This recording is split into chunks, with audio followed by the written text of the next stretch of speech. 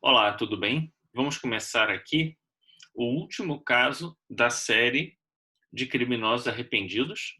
O caso agora de Jacques Latour. É um caso bem extenso, não sei se a gente vai conseguir ler o caso todo hoje, né, em uma única gravação, mas vamos ver o que a gente consegue fazer. Depois dos criminosos arrependidos, a gente vê qual será a próxima série de espíritos aqui que a gente vai ler, talvez, os sofredores. Se você não viu os casos de criminosos arrependidos anteriores, vou colocar aqui a playlist, e se você quiser conhecer também os casos das expiações terrestres, também estou colocando aqui a chamadinha dos casos que a gente já estudou, tá bom? Antes de começar a leitura e os comentários sobre esse caso, vamos pedir a Deus que nos abençoe você, sua família, sua casa, todos nós que estamos agora reunidos em pensamento, buscando o estudo que nos trará esclarecimentos e amadurecimento para a nossa vida. Que Deus nos abençoe na nossa iniciativa. Vamos compartilhar aqui então a tela, trazendo então o caso do Jacques Latour. O caso de Jacques Latour é um caso bem difícil, ele é um criminoso executado à guilhotina, e ele se manifestou no mesmo dia da sua execução. Olha só que situação. E depois ele volta várias vezes para dizer o que aconteceu depois, e há muita doutrinação, vamos dizer assim, a partir daquilo que ele vai falando. Então, muito do relato são explicações ou formas de consolação, de esclarecimento do espírito, do que propriamente falar sobre o que aconteceu com ele. Mas a gente vai observar uma coisa e outra, tá certo? Então, já fica aqui também sabendo do que se trata o caso. E no finalzinho, nas considerações que Kardec faz lá no finalzinho, que normalmente aparece em letra menor, letra miúda, ele faz uma comparação desse caso com o caso do espírito de Castelnaudary, que foi o que a gente estudou anteriormente, que eu também estou colocando agora aqui para você depois acompanhar o caso de Castelnaudary. Tá bom? Então vamos, sem mais delongas, começar aqui a ler o caso do Jacques Latour. Em reunião íntima de 7 a 8 pessoas, havia em Bruxelas, a 13 de setembro de 1864, e a qual assistíamos, foi pedido ao médico que tomasse o lápis, sem que, aliás, houvéssemos feito qualquer evocação especial. Porque naquela época se fazia evocação do espírito, né? Gostaríamos que o espírito tal se manifestasse aqui, não sei o quê. Olha aqui, ó, eu esqueci de ler aqui. Ele foi condenado pelo júri de Foix e executado em setembro de 64. E a gente está aqui exatamente em 13 de setembro de 64. Então a gente está ali, né, na antivéspera. Na antivéspera não, né? Um dia depois, 2 dias depois, a gente não sabe quando ele foi executado, mas isso aqui vai dizer que foi no mesmo dia. Vamos ver. Então ele não foi evocado, ele simplesmente se manifestou. Possuído de extraordinária agitação, ele a traçar caracteres muito grossos e depois, rasgando o papel, exclama: arrependo-me, arrependo-me, Latour. Surpreendidos com a inesperada comunicação, de modo algum provocada, visto como ninguém pensara nesse infeliz, cuja morte até então era ignorada por uma parte dos assistentes, dirigimos ao espírito palavras de conforto e comiseração, fazendo-lhe em seguida essa pergunta: que motivo vos levou a manifestar-vos aqui, de preferência a outro lugar, quando não vos evocamos? Então aqui já dá a entender também que não era só na Sociedade Espírita de Paris que havia esse tipo de manifestação e de evocação de espírito, né? E que, num certo sentido, ele deu, vamos dizer assim, preferência àquela reunião que estava acontecendo na Sociedade Espírita de Paris. Responde o médio de viva voz. Vi que almas compassivas terias piedade de mim, ao passo que outros ou me evocavam mais por curiosidade que por caridade, ou de mim se afastavam horrorizados. Então aqui também tem uma coisa curiosa, né? Quer dizer, ele foi decapitado e rapidamente, em outras reuniões, começaram a evocá-lo para saber o que tinha acontecido com ele depois da morte.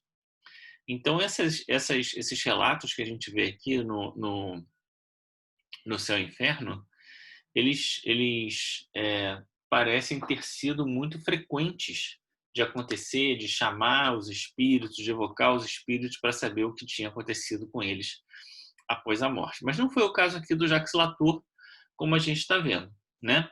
E parece que ele também foi a outros grupos, encontrou lá outras disposições e acabou parando ali na Sociedade Espírita de Paris por ver ali almas mais compassivas e uma seriedade maior no trabalho do que em outros lugares. E isso também nos remete a pensar sobre a seriedade do trabalho que a gente faz nos centros espíritas onde trabalhamos. Depois começou por uma cena indescritível que não durou mais de meia hora. O médium, juntando os gestos e a expressão de fisionomia à palavra, deixava patente a identificação do espírito com a sua pessoa. Às vezes, esses gestos de cruel desespero desenhavam vivamente o seu sofrimento. O tom de sua voz era então compungido, as súplicas tão veementes que ficávamos profundamente comovidos. Alguns estavam mesmo aterrorizados com a superexcitação do médium, mas nós sabíamos que a manifestação de um ente arrependido que implora piedade nenhum perigo pode oferecer. Se ele buscou os órgãos do médium, é que lhe melhor deseja patentear a sua situação, a fim de que mais nos interessássemos pela sua sorte, e não como espírito obsessores e possessores que visam apoderar-se dos médios para os dominarem. Tal manifestação lhe fora talvez permitida não só em benefício próprio, como também para a edificação dos circunstantes. Então, aqui é o que fala basicamente que eles estavam muito agitados, né, e que estava todo mundo tranquilo, porque ele já tinha se declarado arrependido, pelo menos, né, manifestou arrependimento, né. O espírito obsessor ou possessor, ele não vai, a não ser que ele esteja querendo enganar, né, mostrar um arrependimento, enfim. Não parecia ser a situação e tudo correu, vamos dizer assim, dentro do esperado. Ei-lo a exclamar: ó sim, piedade, muito necessito dela. Não sabeis o que sofro, não sabeis e não podeis compreendê-lo. É horrível. A guilhotina. Que vale a guilhotina comparado a esse sofrimento de agora? Nada. Então a gente fica muito impressionado sempre com as causas materiais da morte, mas não se lembra de que o pós-morte pode ser muito mais doloroso para o espírito, exatamente por conta dos crimes que ele pode ter cometido, da sua consciência culpada, e pós-morte, isso vai aparecer para ele de forma muito mais contundente do que durante a encarnação. Então, a morte, nesse caso, pode ser, na verdade, não o fim de um sofrimento, mas o início de um sofrimento ainda maior, como é o caso que ele está narrando aqui, né? Para ele, a guilhotina foi ainda uma coisa branda diante daquilo que ele estava agora vivenciando. É um instante, ele diz, né? Esse fogo que me devora, sim, é pior, porque é uma morte contínua, sem tréguas nem repouso, sem fim. e as minhas vítimas ali estão ao redor, ao mostrar-me os ferimentos, a perseguir-me com seus olhares. Então, esse aqui é um outro ponto que a gente já viu em outras passagens, né? Daqueles que fazem, né? É, é, são algozes de muitas pessoas foram vítimas da ação daquele espírito, né? É como se isso reavivasse na mente dela e ela ficasse ali vendo essas pessoas. Não necessariamente significa que essas pessoas estão lá, né? Porque senão todos seriam obsessores. Muitos não são, né? Mas a imagem delas na mente dele é isso que o incomoda. Aí estão, vejo a todas, todas sem poder fugir-lhes. Por isso, ele não consegue fugir porque está na mente dele, muito mais do que ele está vendo. Ela está perseguindo ele, propriamente dito, né? Aquelas pessoas, né? E esse mar de sangue, e esse ouro manchado de sangue, tudo projeção mental de uma alma culpada. Tudo aí está, tudo, e sempre ante os meus olhos. E o cheiro de sangue, não o sentis? Ó, sangue sempre sangue, ei-las que imploram as pobres vítimas, e eu a feri-las sempre, sempre impiedosamente. O sangue inebria-me. Acreditava que depois da morte tudo estaria terminado. E assim foi que afrontei o suplício e afrontei o próprio Deus. Então aqui ele já está mostrando aqui não só o fato, não só está confessando os crimes, até porque ele foi morto por conta dos crimes que cometeu, então, num certo sentido, ele é um réu confesso, né? Mas também está mostrando aqui a sua falta de crença em relação a Deus, né? Ter afrontado a Deus, achava que podia fazer tudo, que depois da morte tudo estaria terminado, e não estava. Então, afrontei o próprio Deus, renegando. Entretanto, quando me julgava aniquilado para sempre, que terrível despertar, ó sim, terrível. Cercado de cadáveres, de espectores ameaçadores, os pés atolados em sangue. Acreditava-me morto e estou vivo, horrendo, horrendo, mais horrendo que todos os suplícios da terra. Ah, se todos os homens pudessem saber o que há para além da vida, saberiam também quanto custam as consequências do mal. E aqui é muito importante a gente não se prender nessas descrições, porque assim como ele diz, se o homem soubesse o que vai para além da vida e todas as consequências do mal, a gente pode pensar também, como o homem soubesse o que vai para além da vida e todas as consequências do bem, né? E todas as alegrias do coração daquele que tem um coração puro, né? Que não é o caso aqui do nosso Jacques Latour. Inclusive, né, é uma coisa que eu não tinha falado no início, mas vou falar aqui agora, que me veio à mente, né, lembrar de em algum momento, a gente pedir, né, que o Jacques Latour, que certamente hoje tem outro nome, mas é o mesmo espírito, que ele seja abençoado na sua trajetória espiritual e que onde quer que ele esteja agora, encarnado ou desencarnado, ele possa receber bênçãos de paz pelo relato que ele trouxe para nós aprendermos com ele. Vamos continuar então aqui o relato. Certo, não haveria mais assassínios, nem criminosos, nem malfeitores. Eu só quisera que todos os assassinos pudessem ver o que vejo e sofro. Então não mais o seriam, porque é horrível esse sofrimento. Bem sei que o merecia, ó meu Deus, porque também eu não tive compaixão das minhas vítimas. Aqui, né, ele está mostrando aquele princípio da oração, né? Senhor, perdoa-me, assim como nós perdoamos os nossos pecadores. Ele está dizendo que ele não perdoa ninguém e que, nesse sentido, ele também não merecia o perdão de Deus. Repeli as mãos súplices quando imploravam que as poupasse. Sim, fui cruel, de certo, matando-as covardemente para roubá-las. Fui ímpio e fui blasfemo também, renegando o vosso sacríssimo nome, sacratíssimo nome. Quis enganar-me, porque eu queria persuadir-me de que vós não existíeis. Meu Deus, eu sou um grande criminoso, agora compreendo. Mas não tereis piedade de mim?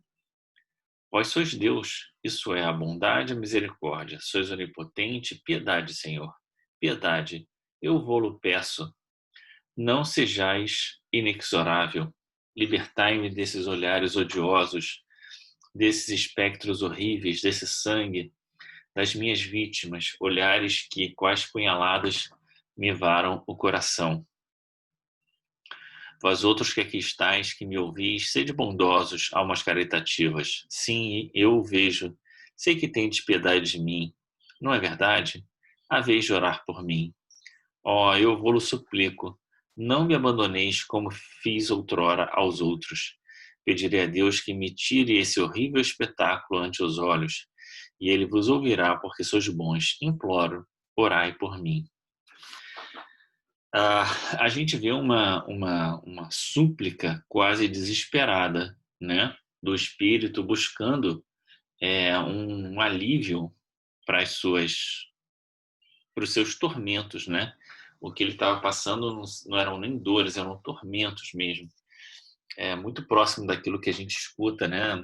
E lê quando diz haverá prantos e ranger de dentes, né? Ele parece estar ali no ranger de dentes, falando, meu Deus do céu, que loucura é essa que está acontecendo comigo? Então, ele se mostra arrependido, né? Se mostra sensibilizado, horrorizado com a situação que ele está vivendo, não podia ser diferente, e está aqui tendo a oportunidade de pedir clemência, perdão, de implorar, né, a intervenção dessas pessoas que estavam ali na Sociedade Espírita de Paris, que ele não conhecia, que intercedessem a favor dele. Vamos ver o que se dá daí. Os assistentes sensibilizados dirigiram-lhe palavras de conforto e consolação. Deus, disseram-lhe, não é inflexível, apenas exige do culpado um arrependimento sincero, aliado à vontade de reparar o mal praticado. Então, a gente já comentou aqui, de outras vezes, a dobradinha, né? Arrependimento e reparação é o caminho da nossa reabilitação com a lei. Uma vez que o vosso coração não está petrificado e que pedis o perdão dos vossos crimes, a sua misericórdia baixará sobre vós. Preciso é, pois, que persevereis na boa resolução de reparar o mal que fizestes. Não adianta ter a resolução, mas não perseverar na resolução. Certo, não podeis restituir às vítimas as vidas que lhes arrancastes, mas se o impetrardes com fervor, Deus permitirá que as encontreis em uma nova encarnação, na qual podereis patentear tanto o devotamento quanto o mal que lhes fizestes. A gente viu no caso das expiações terrestres, alguns casos assim, né, que o espírito voltava para se devotar a alguém, né, a quem ele tinha prejudicado, ou enfim, como uma retribuição, coisas desse tipo. Não necessariamente o espírito precisa encontrar novamente as mesmas pessoas, né? Mas ele precisa passar por situações em que ele poderia voltar a praticar o mesmo mal que ele fez e não fazer mais, ou se dedicar a outras pessoas como forma de retribuição ou reparação daquilo que ele fez. Não necessariamente as mesmas pessoas, porque senão as pessoas ficariam presas a ele também. E é ele que está preso à situação, porque o nosso desvio não é necessariamente com o outro, o nosso desvio é com a lei de Deus, e é com a lei de Deus que a gente deve acertar o nosso passo. Vamos continuar aqui, a gente está bem aqui. E quando a reparação lhe parecer suficiente, para logo entrareis na santa graça, na sua santa graça. Assim, a duração do vosso castigo está nas vossas mãos, dependendo de vós o abreviá-lo. Comprometendo-nos, comprometo-me-nos, auxiliar-vos com as nossas preces e invocar para vós a assistência dos bons espíritos. Vamos pronunciar em vossa intenção a prece que se contém no Evangelho segundo o Espiritismo, referente aos espíritos sofredores e arrependidos. Não pronunciaremos a que se refere aos maus espíritos, porque desde que vos arrependeis, que implorais, que renunciais ao mal, não passais para nós de um espírito infeliz e não mau. Feita a prece, o espírito continua, depois de breves instantes, com calma. Obrigado, meu Deus, ó obrigado. Tiveste piedade de mim. Eis que se afastam os espectros. Não me abandoneis. Enviai-me os vossos bons espíritos para me sustentarem. Obrigado. Na verdade, os bons espíritos já estavam ali, né? Senão ele não se manifestaria naquela reunião. Ele só não tinha capacidade ainda de perceber a intervenção dos espíritos ali a favor dele. Depois dessa cena, o médium fica alquebrado, abatido, os membros laços por um tempo. A princípio, apenas tem vaga ideia do que se há passado, mas pouco a pouco vai se lembrando de algumas palavras que pronunciou sem querer, reconhecendo que não era ele quem falara. No dia seguinte, em nova reunião, o espírito tornou a manifestar-se, reencetando a cena da véspera, porém por minutos apenas, e isso com a mesma gesticulação expressiva, posto que menos violenta. Depois de tomado de agitação febril, escreveu: então veja que as atividades na Sociedade Espírita de Paris eram intensas, né? Depois de uma reunião mediúnica como essa, no dia seguinte já estavam fazendo outra. Vamos ver o que o espírito respondeu no dia seguinte. Grato às vossas preces, experimento já uma sensível melhora. Olha, de um dia para o outro, né? Foi tal fervor com que orei, e olha só, isso aqui é muito importante, né? Ele que não tinha crença nenhuma em Deus, agora está orando com fervor. Que Deus me concedeu um momentâneo alívio. Não obstante, terei de ver ainda as minhas vítimas. Eilas, eilas, vedes este sangue? Repetiu a prece da véspera. O espírito continua dirigindo-se ao médium. Perdoai o ter me apossado de vós. Obrigado pelo alívio que proporcionai aos meus sofrimentos. Perdoai o mal que vos causei. Mas eu tenho necessidade de me comunicar, e só vós o podeis. Obrigado, obrigado. Já sinto algum alívio, posto não tenho atingido o fim das provações. As minhas vítimas voltarão dentro em breve. Eis a punição a que fiz jus. Mas, meu Deus meu, sede indulgente. Orai todos vós por mim. Tende piedade. Latour. Um membro da Sociedade Espírita de Paris, que tinha orado por esse infeliz, evocando-o, obteve intervaladamente as seguintes comunicações.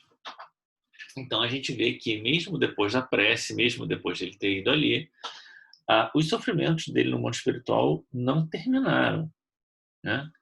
Não foi porque ele se disse arrependido que os sofrimentos terminaram. Eu gosto sempre de pensar que na medida em que a gente gasta tempo criando dificuldades, problemas, o tempo de resolução disso, em geral, é proporcional ao tempo que a gente gastou gerando aqueles problemas, né? Então é muito difícil pensar que depois de uma vida inteira, né, ou sei lá, de 20 anos, 30 anos, não sei quanto tempo ele passou, perpetrando o mal e fazendo pessoas vítimas dele, por conta de uma prece tudo se resolveria, né? Não quer dizer também que ele vai ficar 20 anos, 30 anos sofrendo por aquilo, mas, né, ele não consegue se reconciliar tão rapidamente daquilo que ele fez, né? Vamos ver aqui, então, agora que alguém da Sociedade Espírita de Paris, então, passa a evocá-lo. Vamos ver o que acontece. Eu vou até abrir aqui o meu livro físico para ver quanto temos ainda aqui de leitura. Temos ainda bastante, é bastante grande esse esse caso. Então, vamos ler um pouco, depois a gente para e continua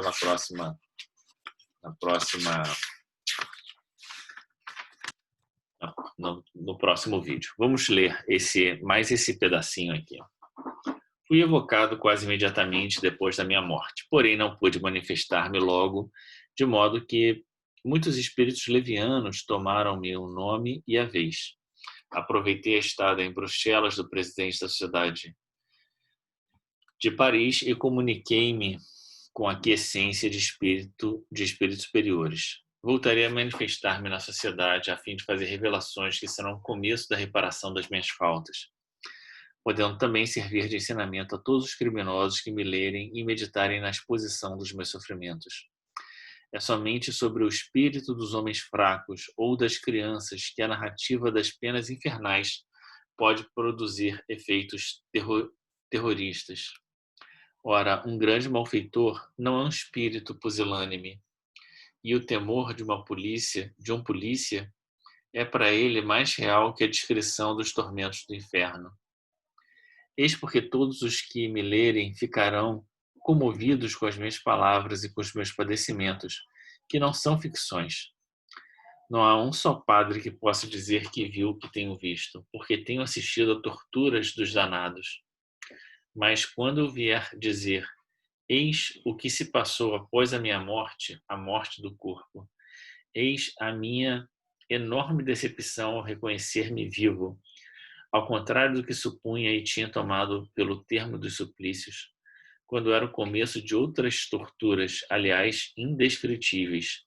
Então, mais de um ser estará à borda do precipício em que ia despenhar-se, e cada um dos desgraçados desviados por mim na cena criminosa concorrerá para o resgate de minhas faltas. Foi-me permitido libertar-me do olhar de minhas vítimas transformadas em carrasco, a fim de comunicar-me convosco. Ao deixar-vos, entretanto, tornarei a vê-las, e só essa ideia me causa tal sofrimento que eu não poderia descrevê-lo. Sou feliz quando me evocam, porque assim deixo o meu inferno por alguns instantes. Orai sempre ao Senhor por mim, pedi-lhe que me liberte do olhar das minhas vítimas. Sim, oremos juntos, a prece faz tanto bem. Estou mais aliviado, não sinto tão pesado o fardo que me acabrunha. Vejo os requisitos de esperança luzindo-me aos olhos e contrito exclamo: bendita a mão do Senhor, e seja feita a sua vontade. Então ele está aqui já numa posição, né, de uma súplica mais resignada e menos desesperada, né?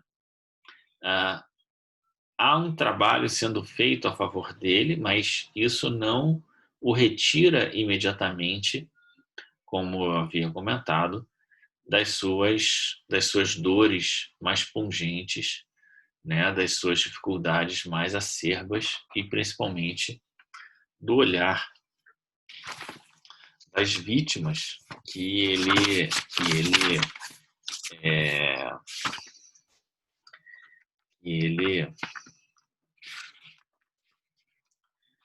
né, que aconteceram com ele, né? Então, deixa eu só dar uma olhadinha aqui, se vale a pena ler esse outro pedacinho. Não vamos ler esse outro pedacinho, não. Vamos deixar agora esse restinho. Ainda falta bastante coisa desse caso. Vamos parar aqui no item 2, né? E vamos ver o que vem pela frente. Então, assim como no caso da rainha, né, daquela mensagem da rainha que está ali no capítulo 2 do Evangelho, né, muitos espíritos se decepcionam com a ideia de que não terminam os seus sofrimentos, que a vida continua, né, que essa ideia de que, bom, agora resolveu tudo porque eu morri, é um claro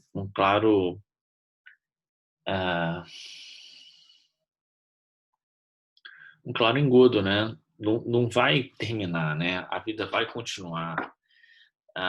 Nós continuaremos com as nossas dificuldades. Por isso, a necessidade de buscarmos, desde agora, nos espiritualizar, saber e agir com verdade nos nossos dias, para que a gente não seja surpreendido depois com o olhar daqueles que podem vir a se tornar vítimas da nossa ação, às vezes impensada, incalculada, né? Às vezes muito cheia de sentimento, mas que acaba ferindo as outras pessoas. Vamos pensar nisso e na semana e no próximo vídeo a gente dá continuidade a esse caso então de Jacques Latour, tá bom? Um grande abraço e obrigado.